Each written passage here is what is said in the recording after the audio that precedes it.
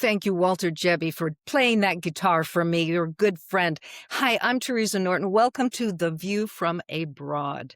I'm the Broad. This is the podcast that each week takes a look back at one of the columns I wrote for a Hong Kong newspaper sometime between 1993 and 2000. And I wrote on all kinds of crazy things. I wrote on parenting. I wrote on flirting. I wrote on irritating advertisements and national identity.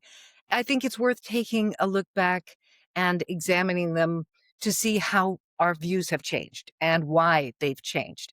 So each week I start off by reading one of the columns, and then I interview a guest to discuss how and if our opinions and beliefs have changed or not changed over time and why that may be. And my guest this week is Dana Spade, who after 13 years as a writer for radio and television, attended law school in Colorado, and she recently retired after 28 years of prosecuting litigation and a decade on the bench. Before we talk to Dana, we're going to kick off with the newspaper column published in the South China Morning Post around 1995. Dancing Queen Without a King. I don't know. Maybe my husband's nuts, but he's convinced that the twist is the only dance that you can do to anything. He demonstrates his theory to me in the living room to whatever MTV has on offer, and in the shower to anything from the overture to Candide to Frank Zappa's Nanook Rubs It, with wild abandon, I might add. But he never, ever shares his twist with me in public. What happens to men when you marry them? That young buck who used to swing me around the disco until the inseam of my pantyhose was down to my kneecaps looked at me like I'd suggested he pluck his eyebrows when I asked him to dance in public the other night. And we were at a ball. A ball! In the olden days, that's what people did at balls. They danced till dawn, or at least until midnight, if I remember my fairy tales correctly. And it wasn't like I was sitting there with the only dud. Every person at my table with cleavage was bouncing it in unison in the direction of their husbands, and not one of those guys wanted to know. Now, there were men on the dance floor, but when I waltzed by one of them on my way through the riot of black velvet and crimson taffeta gowns to powder my nose, I noted that the dancing boys all seemed to be either under the age of consent or over the age of capability.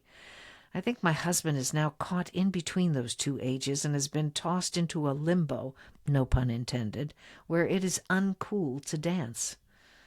Oh, I managed to drag him reluctantly onto the parquet floor for one slow dance, but I'm here to tell you that as soon as that band leader lowered his baton, Chubby Checkers was twisting his way back to the table like his life depended on it. No applauding and waiting to see if the next tune was going to be a toe-tapper. He had paid his debt to high society. I'm going to get really politically incorrect here, not to mention make a gross generalization, and say that what this Cinderella needs at the ball isn't a prince. It's the prince's gay cousin. When I think of the nights of sweaty ecstasy my girlfriends and I used to experience on the dance floors of gay bars in San Francisco and Honolulu with great-looking guys in skin-tight jeans who were not even remotely interested in what was inside our Calvin Kleins, well, it makes a girl homesick. I had a very dear friend here in Hong Kong who was, without question, the best dancer with whom I have ever had the pleasure of cutting a rug. Job was incredibly fit and looked to be in his late 40s, but I suspect I'm about a decade off, erring on the side of youth. I will never forget one evening about 10 years ago when he whisked me onto the dance floor of a bar in Lang Kwai Fong and magically transformed me into Ginger Rogers. He was one of those terrific dancers who made you feel like you're the terrific dancer, and I'm not. Girls, you know the type. A firm hand in the small of your back, dry palm clasping your moist one, spins you out and reels you in without dislocating your shoulder. He could dip you without making you feel like one. And then, when the last strain of the last chord of the song had faded, and only then, Job would applaud you, as if you had been out there teaching him the ropes. What a man. The other night I suggested to my husband that it might be fun to take a class in ballroom dancing. He suggested it might be fun to have my head read. So we go to a ball or two a year, and by the end of the evening, I find myself one of many women out there shaking our groove thangs together to cool in the gang and don a summer while our menfolk roll their eyes heavenward. I wonder if they're watching the soles of Job's loafers as he dips some lucky angel over a cloud. Dana Spade, I am so happy to have you here with me on The View from Abroad. Ms. Teresa Norton, it has been so many years. It is a wonder to be with you today. We can trace our friendship back to a small radio television station in Agana, Guam. And that was Mm. actually like 43 years ago. It was a Oh, don't remind long me time how ago. old I am, my dear. And not long after that, we were roommates when I was hosting a rather manic and madcap radio show in Honolulu, and you were working at a local television station. And, here we are. And listening to that column.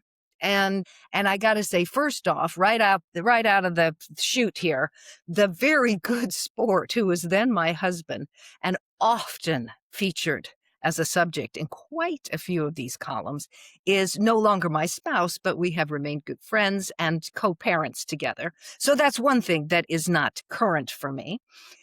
Let's see. I guess the bit that I question today is whether or not it was okay for us to go to places like Hamburger Mary's in San Francisco and Disco in Hong Kong. I can't remember where we used to go in Honolulu, but back in that time, the music was so good and it was such fun, and we'd turn up often with our gay friends. And I don't know, would that be considered bad form today? What do you think?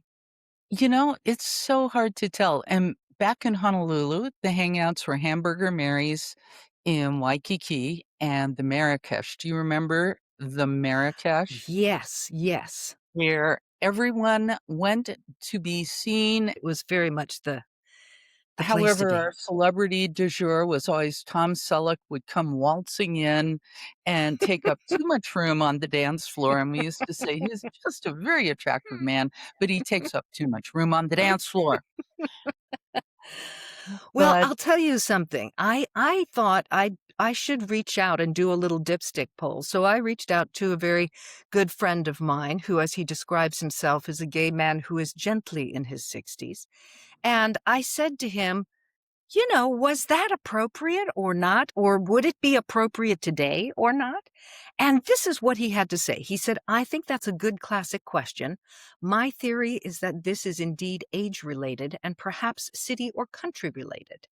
Where and when gay places were rare and more dangerous, I think there was a sense of, hey, we gay men don't have much choice where we can go. So how's about some segregation? But I remember that came more from older gay guys, not my contemporaries so much. Then, as younger people became more relaxed about the whole topic, there was more mixing, less fuss. Today, the gay places are disappearing because the fuss has almost gone for young people. Everywhere, anytime is cruising space because of the internet. And Brighton, gay capital of Britain, has fewer and fewer fully gay bars. Even the Queen's Head, which had Freddie Mercury as its pub sign, no longer promotes itself as gay. I do think a whole hen night of straight women makes for a bit of an intrusion to a gay bar or nightclub, but on the individual level, anything goes, and the dance floor is yours. So there we have a little weigh-in from somebody from the gay community who's our age. and what I find fascinating, I think this is a COVID-19, post-COVID-19 phenomenon. I don't see a lot of dance clubs anymore, gay or straight. Mm, And so often when I was on the bench, my support staff would be younger than and I and the other judges would talk to them, and the number of things that have changed were slightly mind-boggling to me. mm. But at some point we said, "So where do you guys dance?" And they looked at us like, "Well, on TikTok?" And so what we are Oh my doing now gosh. is the equivalent of the dance club. There was a very famous, slightly sketchy dance club here in Denver. It was torn down years ago, before COVID-19. And my Wow. heart goes out to these young people in terms of how do you meet the, oh, insanely gorgeous, good dancer? Yeah, how do you meet Ginger Joe? watchers of your life. And how do you find out if they're gay, straight, or whatever, gender fluid? Well, apparently now people are doing TikToks. Right. Well, you And know what? Let me just interject this. My son and his girlfriend were out in Portugal, and we went to a club here that does all sort of retro music. And I was sitting there bouncing around on my chair. And my son looked across because he and I love to dance. And he said, "Ma, do you want to dance?" I said, "Yeah." We were the first people up on the dance floor. By the time we left, everybody was dancing. But, that is a very sad notion that there aren't dance clubs anymore. That was why that's why I went. I had friends say to me the other night, well, is the reason that because I was talking about this column and our podcast coming up, and he said, is the reason that you went because you felt safe there? And I kind of said, yeah, I guess. I think about it now. I said, no, I went because it was more fun there. The music and was better. I don't think we actually ever talked about safety or non-safety, which these days seems to be a very pressing concern for people. Yeah. Um, and it was just a way to have a good time, meet some wonderful people. It it seemed that every time we went, something surprising and delightfully insane would happen. I think about the Absolutely. night the drunken gentleman came staggering up to our table. We're surrounded by gay men, and one of them whips out a wedding ring and hands it to me and says, "We're married." And I was like, "Okay." And then he put his arm around me and looked at this drunken man and said, "Are you making the moves on my wife?" And drunken man, I mean, again, very attractive gay men who are glaring at him, staggers off to go find someone else to talk to. But Well, weird, that's, I think, what you're talking about there. What you've identified there, I think, is what this guy was talking about in terms of safety. Was it like if you went to a gay club, you didn't have to worry about being hit on, right? That was that. I think that was his point. But sure. I'll tell you, being on that dance floor with Job was unforgettable. It was wonderful. It was that whole thing of having somebody who really knew how to dance. I'm sure that if he was offered, because Job was older than I was at the time, and he had a very funny thing. He was kind of like, I don't know if he had a little bit of narcolepsy or what was the thing, but he would be standing at the bar in this gay bar in disco with a cocktail, and he'd have his eyes closed, and you'd think he was asleep. And a certain song would come in, and his eyes would open, and he'd just sweep you out onto the dance floor like without missing a beat. And I have to say that, this idea of actually learning how to dance is something that do. I know they do this on, like, they have these television shows that are competitions where stars dance with, professional dancers and all that. But did you and your husband ever consider having any kind of dance lessons together? Actually, my current husband, like you, was not I was married and then I was not married, but then I substantially upgraded to the current model. And at one point I was going, "My darling Daniel, what if we took like tango lessons?" And the response was very similar. "Really? I think you should have your head examined, my darling girl." As I told you, his idea of dancing is rock'em sock'em robots. Well, listen, I used to work with a particular company that had me coaching their entire sort of middle range to top level management team. And at one point, the owner of the company said to me, I think you should have an alumni association. And I said, really? This was in Hong Kong, and it was a Hong Kong Chinese company. I said, really? And he said, yeah. He said, as people come through your coaching, then they can join this. I said, what do you want me to do? He said, take them out and give them experiences that they would not have otherwise. So I took these mostly fellows. I mean, I think there were two women in the group. It was mostly men. And it was a construction business. So these guys learned ikebana. I had connected everything to art. They'd learned singing and choral singing in harmony, but they also learned swing dancing. Fun. And it was a wonderful thing because it's about leading and following. And to be a good leader, you got to pay attention to what your partner is capable of doing when they're getting in trouble, helping them to feel confident that they can do well. And if you're really a great leader, then you know what Job knew.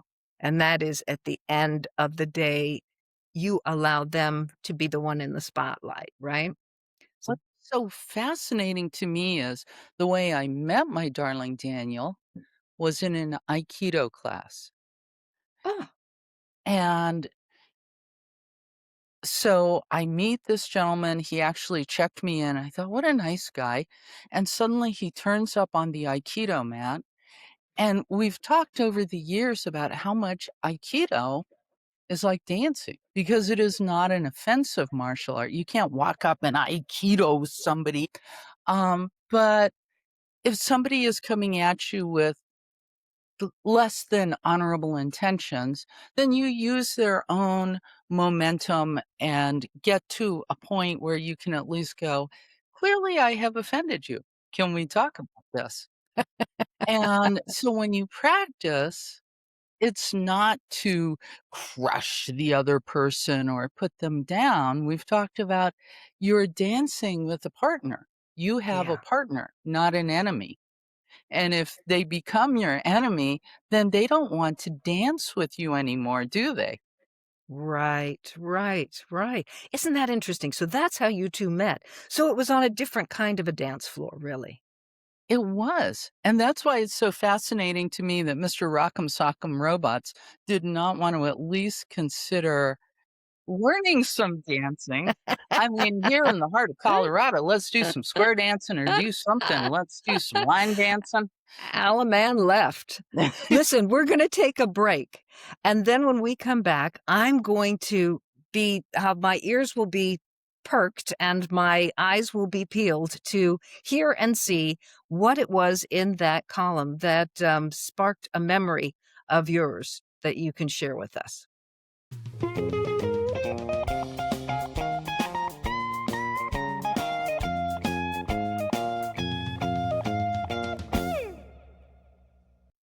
Okay, Miss Dana Spade, ex-roomie of mine. It's so fun having you here with me. And tell me, please, what is the story that comes up for you as a result of having listened to that kooky story about me and Joe on the dance floor?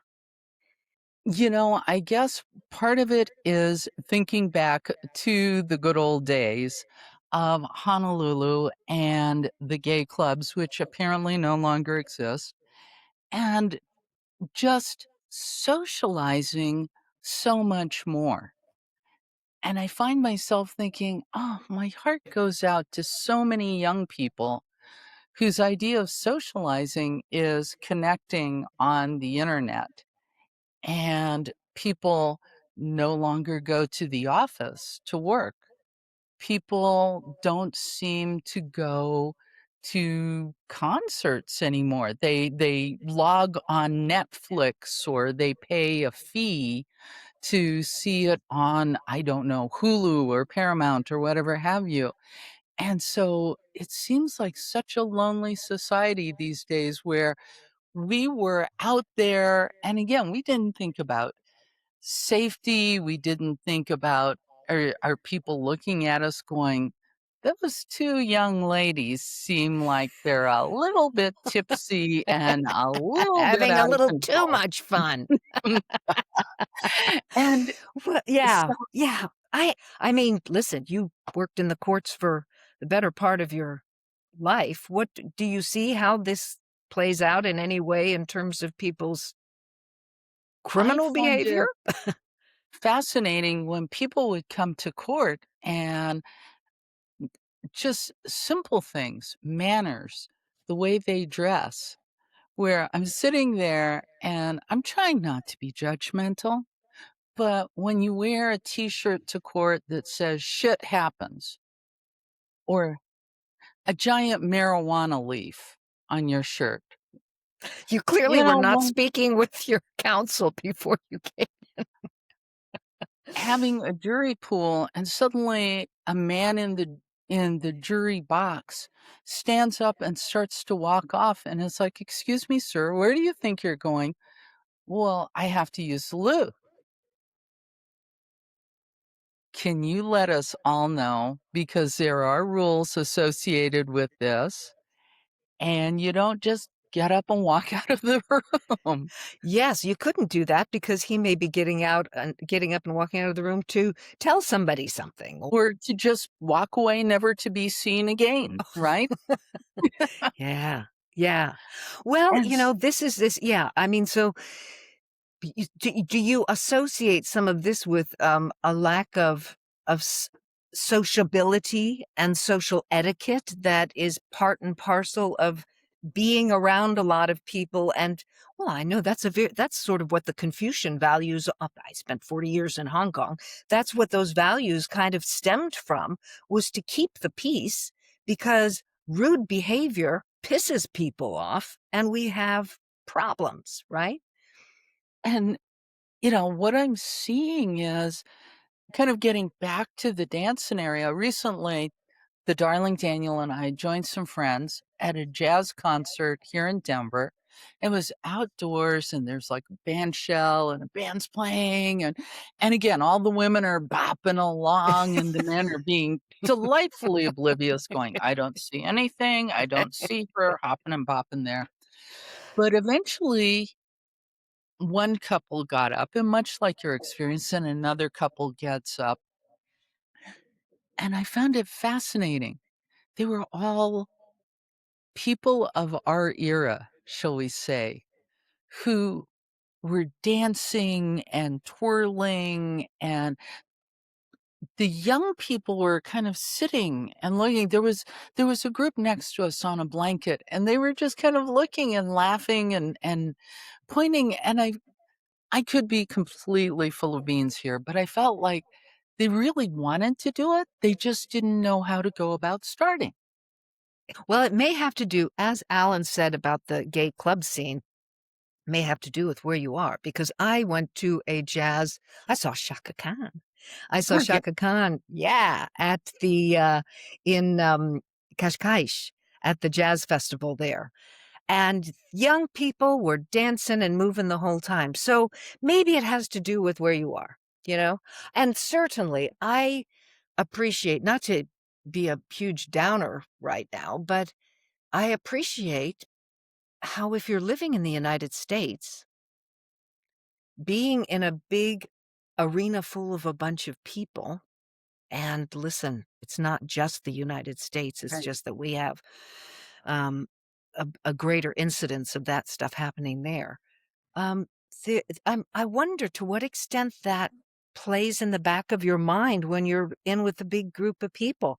I used to think, where are the exits, just because if there was a fire or something, I would wanna know how to get out. But the whole idea of being at a concert and having to think at all about whether or not you might be a target, that's a whole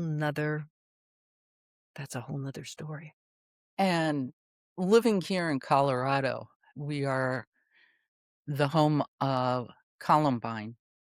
We Okay. are the home of the Aurora Theater shooting. I drove past the theaters on my way to the courthouse the morning after it happened, and I spoke to the chief of police about a week after it happened, and it was just heartbreaking. There was not a person in the city of Aurora who was not personally affected by that shooting. This is the home of the gay nightclub shooting in Colorado Springs. It's and we wonder, is it that all the crazy people seem to want to find Colorado? But yes, it is something that occasionally my husband and I talk about in Yeah. terms of, is it safe to go to the random Target or to a movie theater? Right. And to think that at the beginning of this conversation that we had, I mentioned that this friend at a dinner party the other night said, "Did you go to the gay clubs because it felt safer?" In other words, that as a woman on your own, if you didn't want to get hit on or whatever, to be in a space with gay men felt safer. And now this conversation has gone In a very different in a direction. very different direction, and still all to do with being in a space with a lot of people and finding how can you feel safe. In a sense, I feel fortunate to have lived in a time of gay clubs and madcap roommates where we would just come home and go, "Oh, and let's go out tonight, and let's get all the makeup we have and see if we can put every speck Is of it there on and our do you faces right now." do you have any more spandex I could borrow? And leg warmers and Yes, it was, it does feel like it was kind of, in a way, the age of innocence. And so, from a very lighthearted column to something a little bit more serious, but I think that's good. I think it's okay.